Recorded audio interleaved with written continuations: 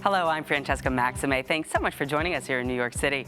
You're watching Arise News Now as your fast forward to stories that affect you. Making headlines all around the world in this hour: threats, darkness, chains, and at times even death. The U.S. Senate says the CIA carried out brutal acts of torture. Plus, Sierra Leone is now leading Liberia as having the highest number of deaths from Ebola. Experts say the virus is still spreading. And the NBA has joined the conversation surrounding recent police violence happening all across the United States. We have those stories and much more straight ahead.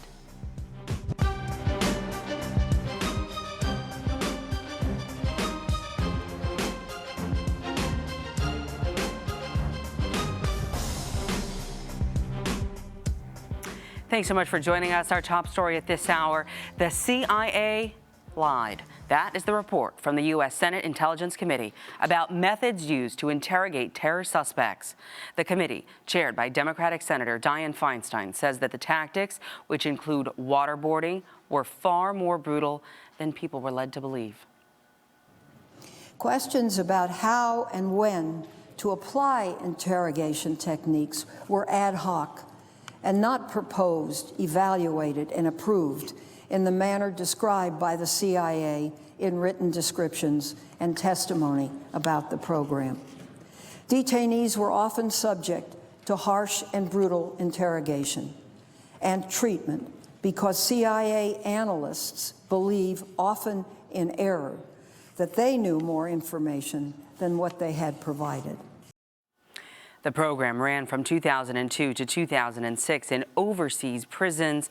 That's where suspects were held. It was designed to squeeze information from them after the September 11th terror attacks in 2001. The Senate report says many attempts to end the torture were overruled by orders from CIA headquarters. A total of 119 people were detained during the program. The Senate committee says at least 26 of those were wrongfully held. At least one detainee died of hypothermia. Well, President Obama responding to that report, saying that U.S. interrogation methods will not take place while he remains in office. Obama says the report makes it harder to pursue U.S. interests with allies and partners, for example, in the country's fight against ISIL, al-Qaeda, and the Taliban. Contrary to his party's position that releasing the report jeopardizes national security, Senator John McCain of Arizona supported the release of the Senate report, saying that abusing prisoners produces more bad than good intelligence. Well, there may be much more to this initial report. It's just a 500-page summary of a much longer document, more than 6,000 pages. The rest has been redacted. The full report still remains classified. Our Arise News Washington correspondent Leila McDowell joins us now with more on how this report is getting both support and criticism from many politicians in Washington. Leila, we know that the revelations of the report, they've really stunned Capitol Hill and the White House. What are the reactions that you're hearing from lawmakers and the administration?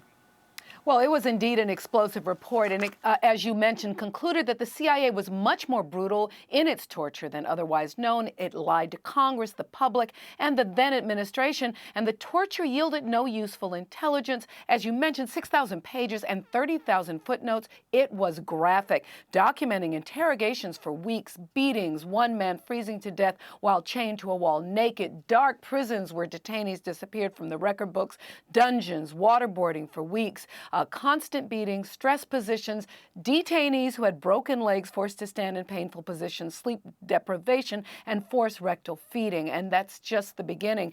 Democrats praised the release of the report, saying that the report needed to see the light of day in order to help assure that this kind of torture doesn't happen again. Republicans widely slammed it as fiction, including Richard Burr, who is the incoming chair of the Senate Intelligence Committee. The GOP issued its own report disputing the findings that torture was ineffective and saying that the enhanced interrogation techniques saved American lives. And as you noted, Senator John McCain was the one major exception to that. He praised the report. He said torture does not represent the values of America and that it endangers our national security. So it is interesting that McCain, broke with his party to do so. Well, in fact, I mean, it's against some of the things that we've signed off on in terms of UN policy. But Arise News Washington correspondent Leila McDowell out of Washington, D.C., that report, very important for us tonight. Thank you. You bet. Well, we do have some new information. In the case of Michael Brown, the 18-year-old unarmed man shot and killed by a Missouri police officer. It turns out a police interview with a key witness was not presented to the grand jury. Dorian Johnson was with Brown at the time of the encounter with Ferguson officer Darren Wilson.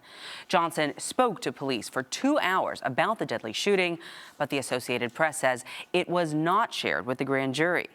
Johnson did testify in person with the grand jury, and they were shown several of his interviews with the media.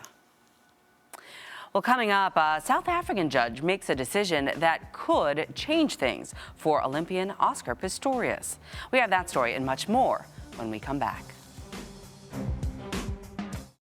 There is a reason Africa is called the new frontier. What was once potential is now an opportunity ready to be seized. Once revered for our resources, today's wealth lies in our people. People who build the cities that shape the future. People who know an idea in one place means business in another. A generation for whom technology means there are no borders, no boundaries. We are the new lions in a brave new world. Kings of the urban jungle. And there's a bank that puts the world in our pocket and the future in our hands. UBA, Africa's global bank.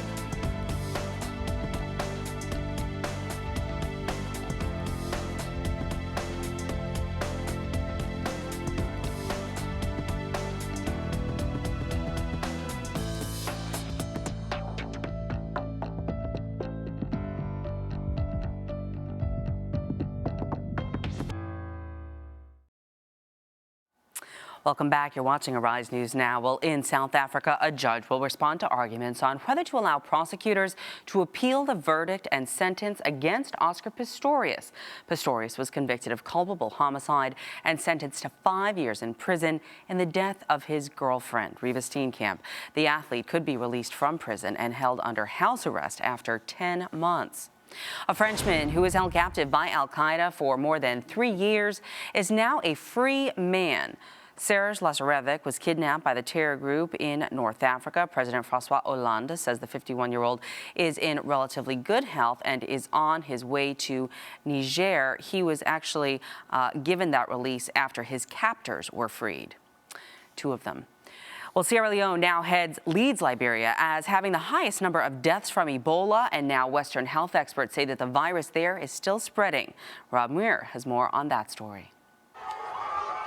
The United Nations says Ebola has now claimed more lives in Sierra Leone than in any other country. And according to the UN's David Nabarro, the situation is getting worse. The increase in transmission in Western Sierra Leone is a reflection of the fact that communities there have yet to fully embrace the outbreak and to take action to avoid infection themselves. The Ebola death toll stands at more than 6,300 in the 3 worst-hit countries in West Africa. But Nabarro says that it's in Sierra Leone's more populous regions where the virus has been most difficult to contain.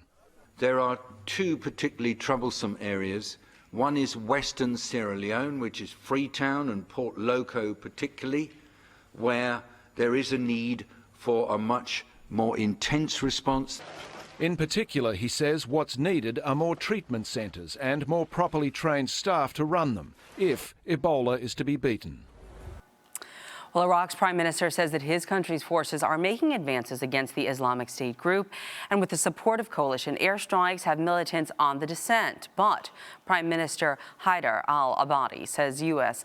Defense Secretary Chuck Hagel, he tells him that his army needs more heavy weaponry and air power to fully beat the extremists. The assessment contrasts with that of U.S. officials. They say that Iraq's biggest need is complete military leadership, not additional military hardware. Secretary Hagel held a series of meetings with top Iraqi government officials and spoke with American military commanders. Well, in Hong Kong, police warned pro-democracy activists that they have until Thursday to leave a protest camp. A court order says authorities can move in and remove tents, barricades, and other obstructions from the main camp in the downtown Admiralty district. The group has been blocking traffic in the Chinese financial hub for over 2 months. Of course, they're trying to change the voting laws there. Well, Ukraine's military accuses separatists of violating an agreed day of silence in the embattled East, an initiative that was seen as an attempt to forge a durable ceasefire, paving the way to a new round of peace talks. Jillian Kitchener tells us more.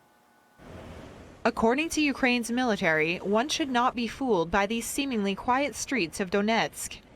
They say at least 13 violations were committed by the rebels, including 2 artillery attacks on the Donetsk airport, all during the Day of Silence ceasefire, seen as a test to coincide with the start of a new round of peace talks.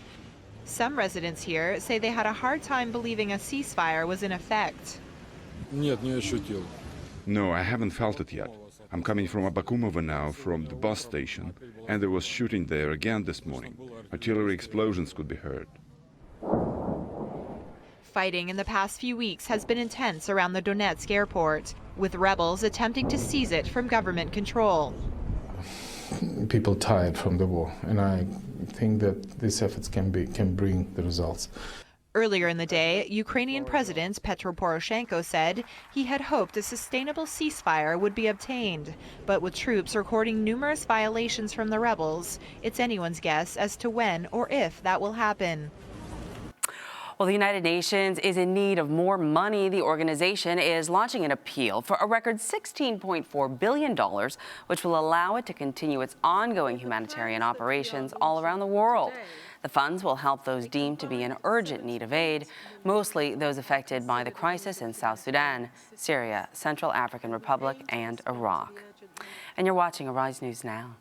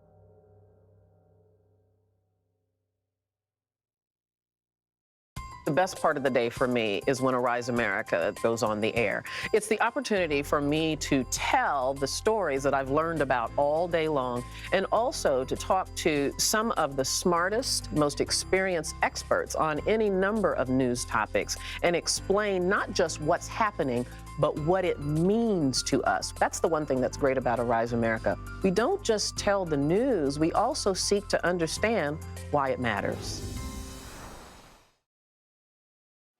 Welcome back. Well, the Senate Intelligence Committee releasing that long-delayed report, which took 5 years to produce, as we mentioned earlier, and it's based on more than 6 million internal agency documents carried out by agency officials and contractors in secret prisons around the world. in the years after the September 11th, 2001 terrorist attacks. We have Scott Ream to talk a little bit about that 6,000-page CIA torture report. Thanks so much for joining us, Scott. Well, Thanks for having me.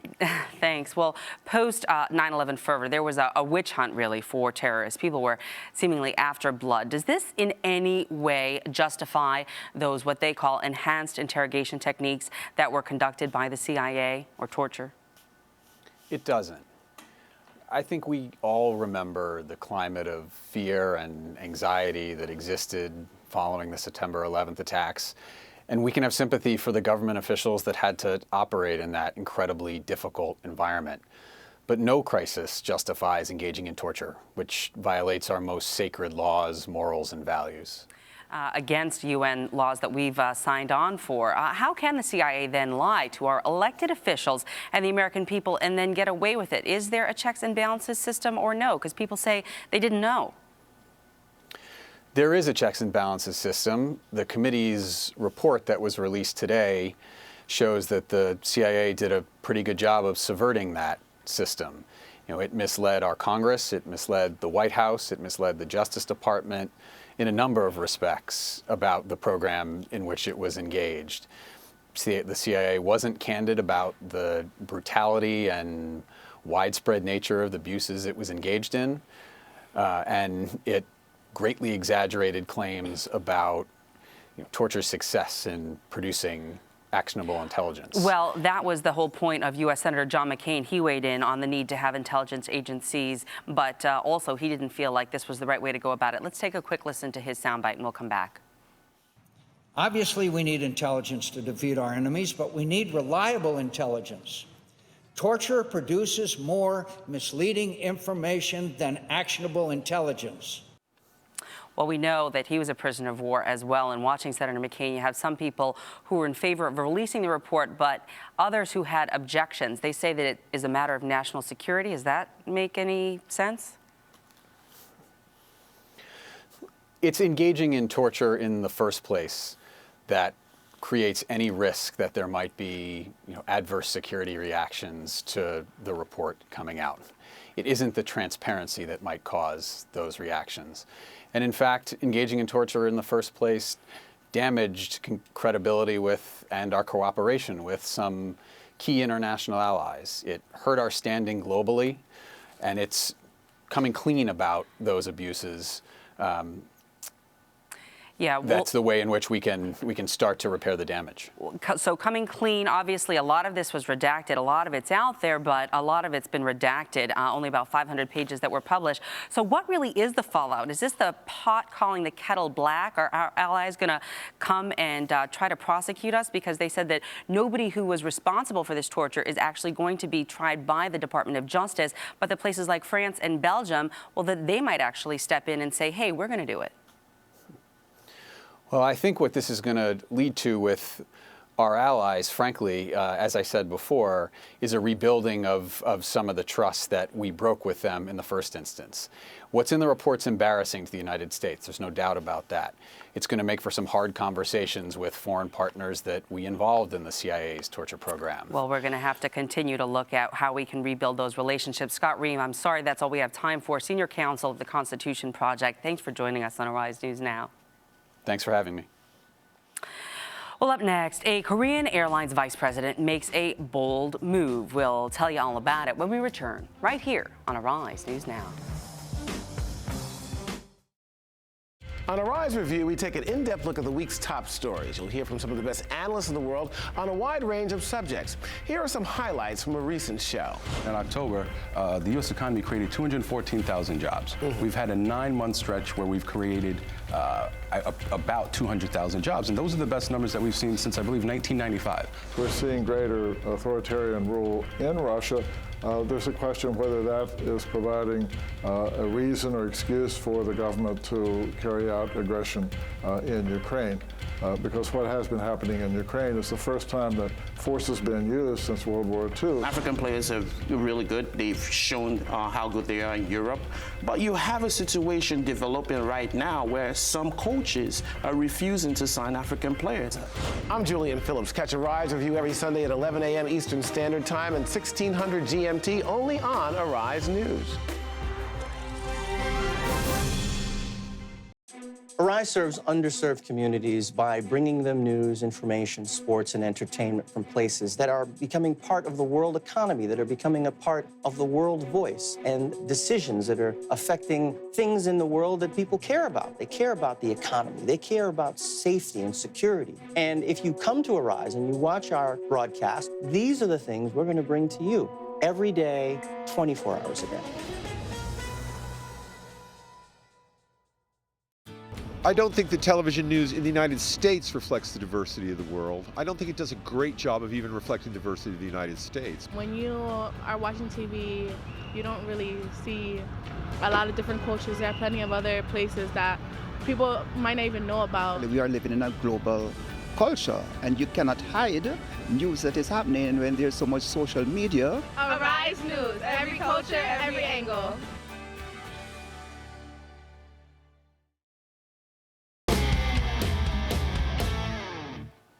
Welcome back. We start with some business news out of Spain. Uber is experiencing even more fallout. A judge ordering the temporary ban of the taxi app on the grounds that its drivers generated unfair competition and didn't have permission to operate.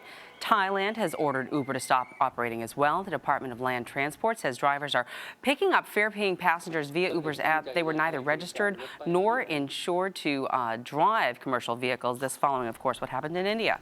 Well, Amazon warehouse workers who fill orders for the retail giant will not get paid for time spent waiting to pass through security checks at the end of their shifts. The unanimous ruling is a thumbs up for the companies that screen workers to prevent employee theft. The justices said that federal law does not require companies to pay employees for the extra time because it's unrelated to their primary job duties. Well, a Paris-based think tank, the Organization for Economic Cooperation and Development, is in the headlines today. The group said that moves by national governments to reduce inequality between their poor and rich citizens would actually help to lift economic growth. A report saying to reduce inequality, countries have to invest in education and redistribute wealth through taxes and other transfers.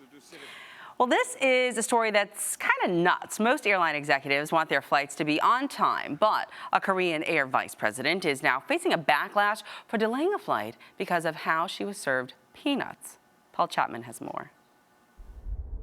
There's a nasty atmosphere in the air in South Korea. Reports that the daughter of Korean Airlines chairman had a plane on which she was a passenger sent back to the boarding gate to expel a member of staff have angered many. Heather Cho, seen here in file pictures, was reportedly upset that a flight attendant had served her nuts in a bag, not a dish. Cho is a vice president with the airline responsible for in-flight service, but the reports have unleashed disapproval across South Korea. 그러니까 활주로 해서 비행기를 돌리는 것 같은 일은 굉장히 Returning a plane to the gate is only possible when there's something very important that happened.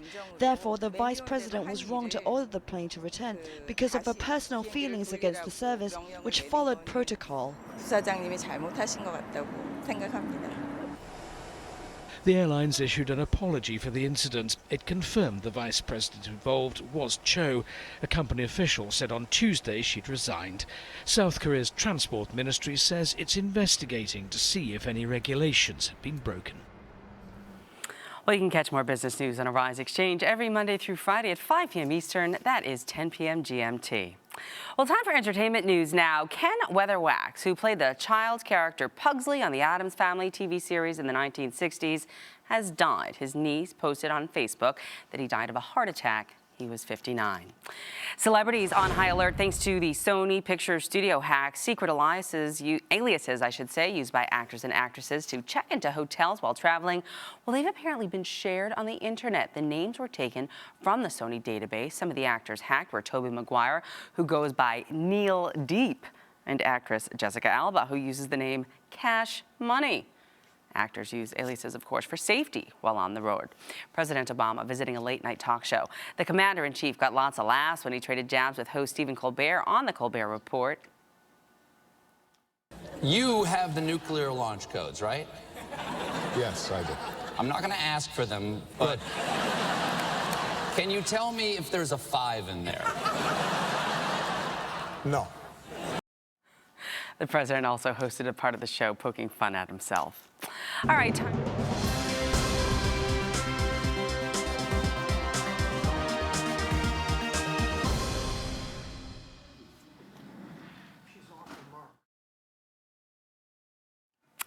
All right, time for sports news. Carolina Panthers quarterback Cam Newton was involved in a two-car accident on Tuesday in Charlotte, North Carolina. His injuries don't appear to be life-threatening, but the 25-year-old did fracture 2 bones in his back. He'll continue to stay overnight at a hospital for observation. To the NBA, where the royal family their first NBA game, might have been overshadowed by a demonstration against police violence made by some of the players. Prior to the game, stars like LeBron James, Kyrie Irving, along with several others, they wore T-shirts that said, "I can't breathe," to show their support for the Eric Garner family. We know that, William and Kate, they were hanging out in Brooklyn watching the Nets and then, and the Cavs.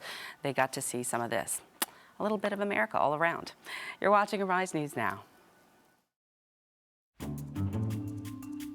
Looking at mainstream news stations where only you have a very small minority of people of color being newscasters and actually having prominent roles in the media.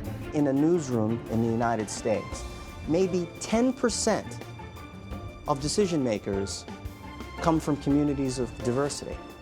That's not right. Well, diversity is important because the more complete the news is, the more accurate a picture you're getting of the world, and the more you can form an accurate opinion of things.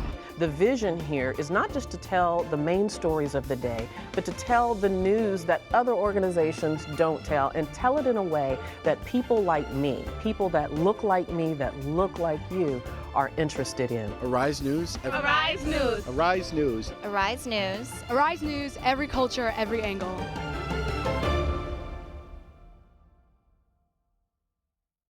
If I was building my own network, it would be for the people, by the people. It would be very diverse. It would be with every culture you can think of. If I was to start my own news network, it would reflect positive and negative within the continents and the countries around the world. I think that I would be more looking towards young people. If I were to build my own news network, it would look like New York City. Old, young, fresh, hip, classic.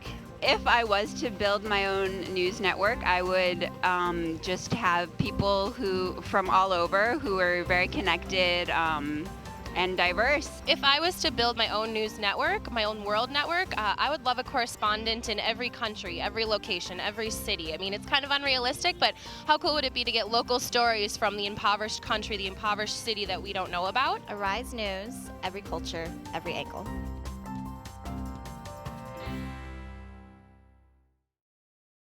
More nations join the fight against ISIL. The United States is counting down to a crucial election. Has this sentence been influenced by the court of public opinion? Everyone's vote is critical in these elections. We shouldn't turn this situation into Fortress America. How can so much be put on President Obama when it comes to issues that are perhaps out of his control? You got to have your big boy pants on in that job. Arise Review begins right now.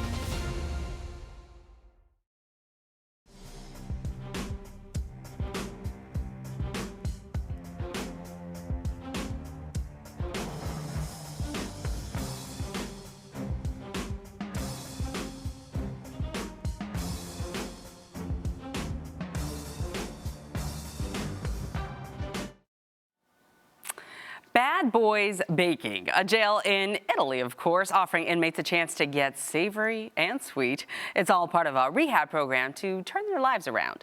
Tara Cleary has more. It doesn't offer the warmest of welcomes, but this bakery in a northern Italian jail is producing tasty panettone, the traditional Italian Christmas cake.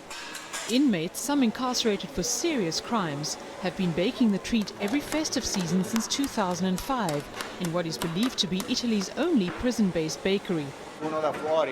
Someone from outside looking at these prison walls, what do they imagine happens inside? Certainly not something like this, but we exist. We exist, and you can see that from our products. Giotto Cooperative, which launched the bakery, says prisoners who work here have a recidivism rate of just 1 to 2%. A small fraction of the national average, which they believe is over 70%. Marco, who has been here for 15 years, says working in the bakery has had an extremely positive effect on his life, transforming him from a troubled teen. Prison began the turning point of the misfortune and bad luck. I had the good fortune to come to Padua, where this is the initiative to follow, and now I have a trade to my name. Bakery workers receive a monthly stipend of between 800 and 1,000 euros. That's up to $1,250 US. And baker Maurizio, who's been in prison for 20 years, got the best Christmas gift he could hope for: news of his imminent release.